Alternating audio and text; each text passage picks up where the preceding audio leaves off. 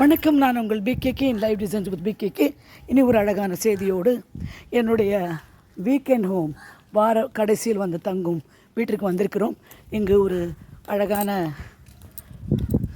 சின்ன ஒரு பார்ட் வைக்கலாம் அப்படின்னு சொல்லிட்டு எல்லோரும் வந்து சேர்ந்துருக்கோம். குடும்பமே சேர்ந்து வரும், அதுதான் விஷயம். உங்களுக்கு நம்ம தோட்டத்தை காமிக்கணும் இல்லையா, வழக்கம் போல் காமிச்சிட்டே இருப்பேன்ல, அதுதான் இப்போ பண்ண போகிறேன். அடுத்தது அப்படி நிறைய அழகான வீடுகள், செடி கொடி மரம். எனக்கு ரொம்ப பிடிக்கும் இந்த பிங்க் ஃப்ளவர். அது நிறைய இருக்கும் இங்கே பூக்கள். கொஞ்சம் வயசானவங்கெல்லாம் ரிட்டையர்மெண்ட் ஹோம், அதனால தான் நாங்கள் வார கடைசிக்கு வருது. ஆனால் நாங்கள் இன்னும் ரிட்டையர் ஆகலை பாருங்கள். அதுதான் இடையில் கொஞ்சம் அமைதியான ஒரு இடம் இங்கே.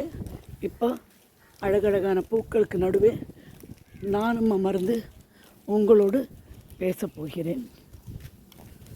அதுதான் இன்றைய ப்ரோக்ராம். திடீர்னு யோசனை மறந்து போயிடுது பாருங்கள். இங்கே வந்து பார்த்தா எனக்கு என்னை நானே ரொம்ப மறந்துடுவேன்னு வச்சுக்கோங்க. இங்கே பாருங்கள், அந்த ஆரஞ்சு பூ, அந்த ஆரஞ்சு பூ பிங்க்கு பூக்கு நடுவில் தான் உட்கார போகிறேன் நான். இப்போது ஆரஞ்சுக்கும் பிங்க்குக்கும் இடையில் நான் பிகேகே லைவ் டிசைன் உட்காந்து உங்கள் கூட பேசுகிறேண்ணா. ஓகேயா?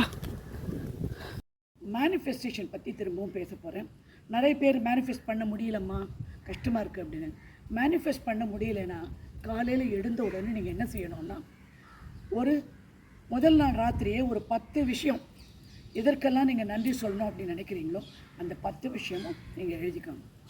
எழுதிட்டு காலையில் எழுந்த உடனே அதை படிங்க. அதை படிக்க படிக்க என்னாகும், தினம் அது படிக்கும்போது நன்றி சொல்ல சொல்ல, நன்றி என்பது ரொம்ப ஸ்ட்ராங்கான வார்த்தை, அதை சொல்ல சொல்ல நல்லது ஓடி ஓடி வரும். விரைந்து விரைந்து உங்களை வந்து சேரும். மெதுவாக அது மேனிஃபெஸ்டேஷன் ஆகும். உங்களுக்கு ஒரு நம்பிக்கை பிறகு. மேனிஃபெஸ்டேஷன் வராததுக்கு காரணம் இன்னொன்று, உங்களுக்கு நம்பிக்கையின்மை. நடக்குமோ நடக்காதா அப்படின்ற ஒரு எண்ணம் இருக்குது இல்லையா, அதனால தான் உங்களுக்கு மேனிஃபெஸ்டேஷன் வர்றது கஷ்டமாக இருக்குது.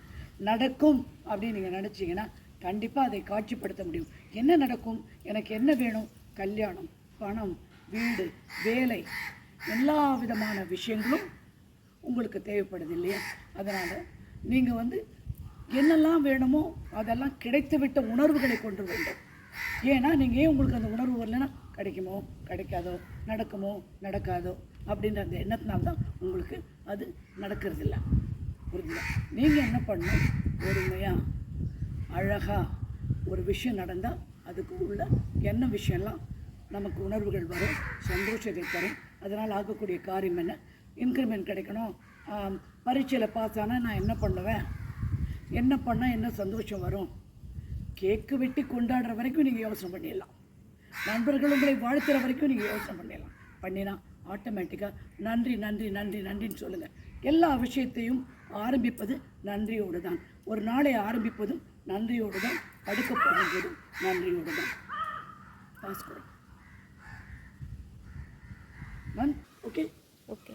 அடுத்து நீங்கள் செய்ய வேண்டிய விஷயம் என்ன அப்படின்னா, என் வாழ்க்கையில் இன்று பலவிதமான அதிசயங்கள் நடைபெறப் போகிறது, என் வாழ்க்கை மிக சந்தோஷமாக இருக்கப் போகிறது அப்படின்னு நினச்சிக்கோங்க. அப்படின்னு நினைக்கும்போது நீங்கள் என்ன பண்ணால், நீங்கள் முதல்ல ஒரு நபரை சந்திக்கணும். யார் அந்த நபர்? அது நீங்கள் தான். எப்படி? கண்ணாடி முன்னாடி போய் நின்று பாருங்கள். நான் வெற்றியாளன், நான் புத்திசாலி, நான் சந்தோஷமாக வாழ பிறந்தவன், என் வாழ்க்கையில் நான் நினைத்த அனைத்தும் நான் நிறைவேற்றிக் கொள்வேன், அதனுடைய பலம் என்னிடம் இருக்கிறது. உங்கள் வாழ்க்கை மற்றவர்களை நம்பி இல்லை, உங்களை மாற்றம்தான். உங்கள் பிரபஞ்சத்தின் மீது நீங்கள் வைத்திருக்கும் அசாத்திய நம்பிக்கை, மனோதைரியம், உங்கள் வாழ்க்கையை நீங்கள் கொண்டு செல்லும் நேர்மறையான எண்ணங்கள் கொண்டுதான் உங்கள் வாழ்க்கை சீரும் சிறப்புமாக அமையுமே ஒழிய பக்கத்து வீட்டுக்காரனும் எதிர்த்து வீட்டுக்காரனும் பின்னாடி வீட்டுக்காரனும் உங்களுக்கு ஒன்றும் செய்ய மாட்டாங்க. நீங்கள் தான் உங்களுக்கு, உங்கள் குழந்தைகளே ஆகட்டுமே, உங்கள் கணவரே ஆகட்டுமே, உங்கள் மனைவியே ஆகட்டுமே, அப்பா அம்மா ஓரளவுக்கு துணை வரலாம். ஆனால் உங்களுக்கு வேணுங்கிற சந்தோஷமான மனநிலை, அமைதியான வாழ்க்கை உங்கள் கையில் தான் இருக்கிறது. புரிந்ததா?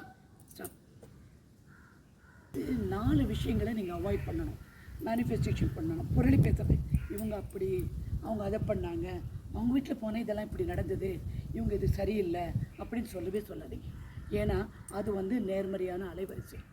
அது என்ன பண்ணுன்னா திரும்பி சுழட்டி அடித்து பிரபஞ்சம் அந்த அலைவரிசையை கேட்டு உங்களிடம் திரும்ப அதை கொண்டு வந்து விடும். உங்களை பற்றி 4 பேர் பொருளை பேச ஆரம்பிச்சிடும். அதை விட வேறு வம்பே தேவை கிடையாது. இன்னொரு விஷயம்னா, உங்களுக்கு கஷ்டம் இருக்குது, துன்பம் இருக்குதுன்னு வச்சுக்கோங்க. அந்த கஷ்டம் துன்பத்தை எல்லார்கிட்டையும் போய் சொல்ல வேண்டாம், யாருக்கிட்டையுமே சொல்ல வேண்டாம். இந்த கஷ்டம் துன்பத்தை நல்லா வேணும்னு நினைக்கிறவங்களும் இருப்பாங்க, அடப்பாவுமே பரிதாபப்படுறவங்களும் இருப்பாங்க. அந்த பரிதாபமே ஒரு நெகட்டிவான எனர்ஜி தான். புரிஞ்சுதா? உங்கள் கஷ்டங்களை சொல்ல சொல்ல என்ன ஆகிடுதுன்னா, உங்களுக்கு அந்த கஷ்டம் மேலும் மேலும் அந்த அலைவரிசை உண்டாகும்போது பிரபஞ்சம் என்ன புரிந்து கொள்கிறது, ஓ இவளுக்கு கஷ்டம் தான் வேணும் அப்படின்னு சொல்லி கஷ்டத்தை கொடுத்து விட. அது மாத்திரமில்லை, அது கடந்த காலத்தை பற்றிய பேச்சு. கஷ்டம்லாம் நடக்கிறதுலாம் கடந்து போச்சு, இப்போ நடந்தால் கூட அது கடந்து போனதுதான். புரிஞ்சுதா? கடந்து போன விஷயத்தை பேசும்போது எதிர்காலம் சூன்யமாகிவிடும். அதனால் கஷ்டத்தை பற்றி பேசாதீர்கள். இன்னும் அடுத்த விஷயம் என்னென்னா, நீங்கள் மேனிஃபெஸ்டேஷன் பண்ணிவிட்டு உடனே என்ன பண்ணுறீங்க, ஏன் இன்னும் நடக்கலை, இது முடிஞ்சு போச்சா, இது நடக்குமா அப்படின்னு சந்தேகப்படாதீங்க. ஏன் இது சந்தேகப்படாதீங்க அப்படின்னா, நம்ம அரச மரத்தை சுற்றினோன்னு குழந்தை பிறக்கும்னு அர்த்தமும் கிடையாது. அதுக்கு கால நேரம் பல சூழ்நிலைகள் உருவாக்கி செய்யணும். இன்னொன்று என்னென்னா, நீங்கள் அது நடக்குமான்னு கேட்கும்போதே உங்களுக்கு அதில் சந்தேகம். உங்களுக்கு எப்போ சந்தேகம் வருதோ அப்போ நிச்சயமாக அது நடக்காது. நான் வேண்டிக்கிட்டே இருந்தேன், நடக்கவே இல்லை. ஏமா எத்தனை தடவை மேனிஃபெஸ்டேஷன் 1000 தடவை எழுதினேன். எத்தனை நாள்? 40 நாள் 1000 தடவை. ஒரு நாளைக்கு 55 தடவை உங்களை நான் எழுத சொல்கிறேன். ஒரு குறிப்பிட்ட வேளையில், குறிப்பிட்ட இடத்தில், குறிப்பிட்ட நோட்புக்கை வைத்து, ஒரு பேனாவை கொண்டு ஒரு இடமா உட்காந்து கவனத்தோடு அதை மாத்திரம் நினச்சி எழுதுங்க. நீங்கள் அதை விட்டுட்டு 1000 செய்தேன் அப்படின்றீங்க. 1000 செய்யும்போது என்ன ஆயிடுது? கடைசியில் அது 40 நாளைக்கு தான் செய்கிறீங்க, பலன் கிடையாது. செஞ்சுட்டே ஒன்றும் நடக்கலை. இது 3ஆவது தரம் அந்த அம்மா போயிட்டாங்க. எனக்கு கொஞ்சம் கடுப்பாயிடுச்சேம்மா, எப்படிம்மா நடக்கும்? ஒரு குழந்தை பிறக்கிறதுக்கே 9 மாதம், ஒரு விஷயங்கள் நடக்கிறதுக்கு. சில பேருக்கெல்லாம் நான் இப்போ ஒரு அம்மாவுக்கு அவங்க மகன் பேசிட்டான்னு சொன்னது 3ஆவது நாளே நடந்து போச்சு. அது வந்து அவங்க சூழ்நிலைக்கு ஏற்ப, அவங்க நம்பிக்கைக்கு ஏற்ப அதற்கேற்றாற் போல் தான் அது நடக்குதே ஒழிய உடனடியாக சந்தேகப்படாதீங்க. பிரபஞ்சத்தை சந்தேகப்பட உங்களுக்கு தகுதி கிடையாது. நீங்கள் அதை நம்ப வேண்டும். புரிந்ததா? ஒரு விதமான அலைவரிசை. என்ன அலைவரிசைன்னா, என்னால் ஒன்றும் செய்ய முடியாது, நான் ஒன்றுக்கு மேலே ஆக்கல, பாரு இவங்க வந்து இந்த வயசு இதை செய்கிறாங்க, என்னால் செய்ய முடியல அப்படின்னு தாழ்மையான உணர்வு உங்களுக்கு வரவே கூடாது. அது உங்களை வந்து கீழே அமைக்கி போட்டுடும். உங்கள் அலைவரிசை ஒன்றுமே இல்லாமல் மண்ணோட மண்ணாக போயிடும். எப்போவுமே நான் வெற்றியாளன், நான் கெட்டிக்காரன், நான் நல்லவன், வல்லவன் அப்படின்னு மாத்திரம்தான் நீங்கள் நினைக்கணும். சவால்களுக்கிடையே சந்தோஷமாக வாழ முடியும். சவால் இருந்து தான் இருக்கும், தினம் ஒரு சவால் தான். காலையில் எழுந்ததுலேருந்து தேங்காய் சட்னி அரைக்கி மிக்ஸி ஓடாட்டி, அதுலேருந்து நைட்டு படுக்கும்போது கேஸ் தீர்ந்து போகிற வரைக்கும் சவால் தான்.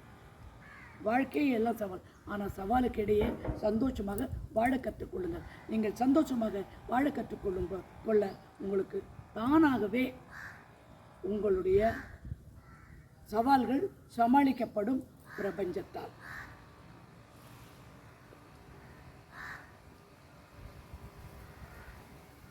வரும்போது நீங்கள் இப்படி எண்ணுங்கள், நான் இந்த சவாலை சமாளித்து மீண்டு வருவேன் அப்படின்னு ஒரு எண்ண அலைவரிசை உண்டாக்கி, அது பிரபஞ்ச எண்ணத்தோடு அலைவரிசையோடு இதயத்திலிருந்து மூளைக்கு சென்று, இதயம் மூளை இரண்டும் சேர்ந்து எலக்ட்ரோ மேக்னெட்டிக் வேவ் என்பதை உண்டாக்க நீங்கள் அப்படியே எண்ணுங்க. நான் வெற்றியாளன், எனக்கு வெற்றியை தவிர வேறு எதுவும் தெரியாது, அதை மாத்திரம் நீங்கள் நினைங்க. நீங்கள் உங்கள் எண்ணங்களால் அதை செய்யும்போது இந்த மற்ற அலைவரிசை இருக்க பாருங்கள், அன்பு என்கின்ற அலைவரிசை அதில் உண்டாகும். நீங்கள் ஒரு சந்தோஷப்படும் போது ஆட்டோமேட்டிக்காக திடீர்னு எல்லாத்துக்கிட்டையும் அன்பாக இருக்க ஆரம்பிப்பீங்க.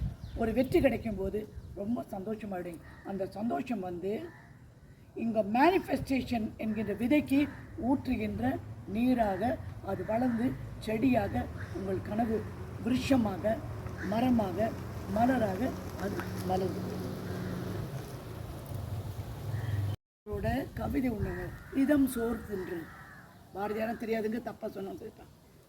சின்ன சின்ன கதைகள் பேசி வம்பு வளர்த்து அப்படி இருந்துட்டு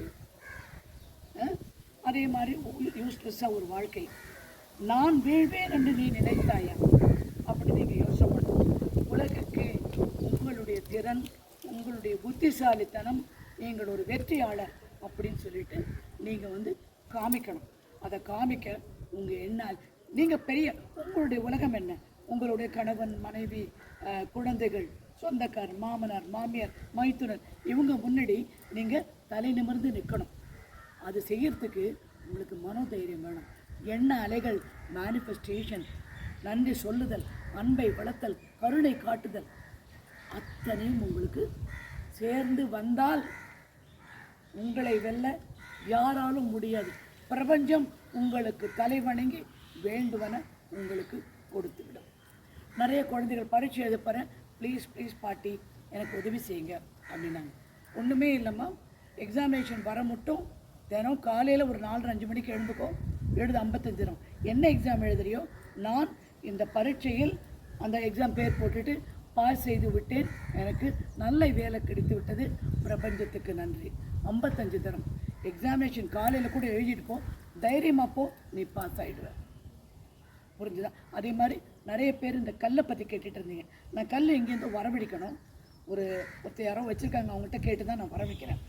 வர வச்சு நான் ஒரு 20 days ப்ரேயரில் வச்சு, இல்லாட்டி 11 days ப்ரேயரில் வச்சு உங்களுக்கு அனுப்பி விட்றேன். கல் வந்துருச்சு, நான் ப்ரே பண்ணி தான் அதை கொடுக்கணும். கல்லை நான் நம்புகிறேன், உங்களுக்கு ஒன்றுனா நம்புங்க, யாருக்கும் எந்த கம்பல்ஷனும் கிடையாது. உலகத்தில் நாம் பிறக்கும்போது நாம் விரும்பி, இந்த பெற்றோர் தான் வேண்டும் என்று நாம் தான் விரும்பி வரோம். யாரும் ஃபோர்ஸ் பண்ணியோ, நம்ம அப்பா அம்மா பிகேகே என் மகளாக பிறக்கணும், எங்கள் அம்மா கேட்கல, அப்பா கேட்கல. நான் விரும்பி எல்லாம் வல்ல இறைவனை கேட்டு அந்த பெற்றோருக்கு மகளாக பிறந்தேன். நான் பல முறை வீழ்ந்திருக்கிறேன். என்னுடைய வீழ்ச்சி இமாலயத்திலிருந்து கீழ் விழுந்து திரும்பி நிமிர்ந்து இருக்கேன், திரும்பி இமாலயத்தின் உச்சிக்கும் போயிட்டேன். அதுதான் என்னுடைய வாழ்க்கையும் என்னுடைய வீழ்ச்சி. நான் இந்த கடவுளுக்கும் மற்றவருக்கும் ஆதாரமாக நிற்கிறேன். இந்த கூட்டுக்குள்ளே நான் ஆன்மாவாக, சிறந்த ஆன்மாவாக, அன்பு பொழியும் ஆன்மாவாக நான் இருப்பதில் மிக பெருமைப்படுகிறேன். என்னை நானே, என்னுடைய ஒவ்வொரு செயலும், என்னுடைய ஒவ்வொரு வெற்றியும் நான் அந்த இறைவனுக்கு அர்ப்பணிக்கின்றேன். என்னை இந்த அளவுக்கு ஆதரவு கொடுத்து கிட்டத்தட்ட 26,000 பேர் எனக்கு இப்போ ஃபாலோயர்ஸ் வந்திருக்கீங்க.